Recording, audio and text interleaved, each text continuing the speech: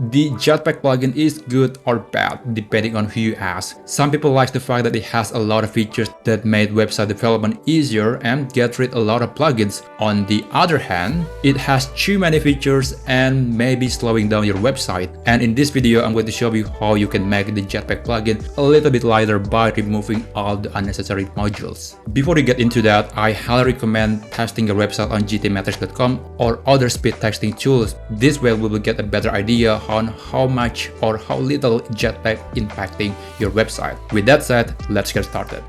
Now the first thing you need to do is go into your WordPress dashboard and then go to JetPack and then click settings. After that, scroll down to the very bottom of the page and then click modules. And here's the list of all the features or modules that are available on JetPack. I highly recommend to go to on the active tabs so you can see which ones you are actually using. And then you can see here there are a lot of modules that I use on my website. And the truth is, maybe not all of them are useful. I could be just removing a few modules and my website would be just fine. To deactivate a module, you just need to click on the deactivate button. But I highly recommend to click on the name of the module and it will open a new page where you can see what is the modules about, what's the function, and you will learn whether or not it is safe to remove from your website. And after that, you can just go back and then click deactivate. You can also use bulk actions to quickly remove multiple modules at the same time. You just need to select the modules and then you can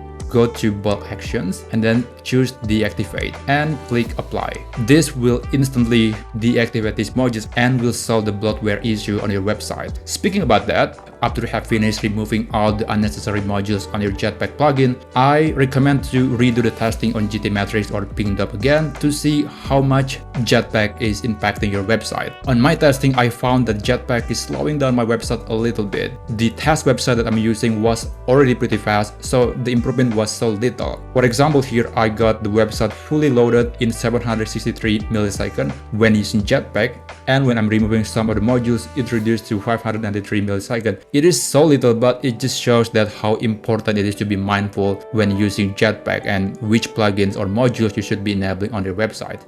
So anyway, I hope this guide helps you, and my recommendation when it comes to speeding up your website is actually by using a quality web hosting. Personally, I'm not using a shared hosting because I know you are basically sharing resources to hundreds if not thousands of other websites, and if one of them is using the resources too much, it is going to affect you in a negative way. That's why I recommend a semi-managed cloud hosting that is simple like Cloudways or Kinsta. I've been using Cloudways for over 3 years now. I gotta say it's probably one of the best hosting solutions I have tried.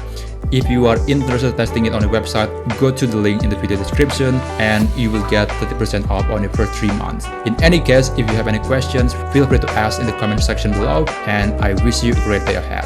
Thank you.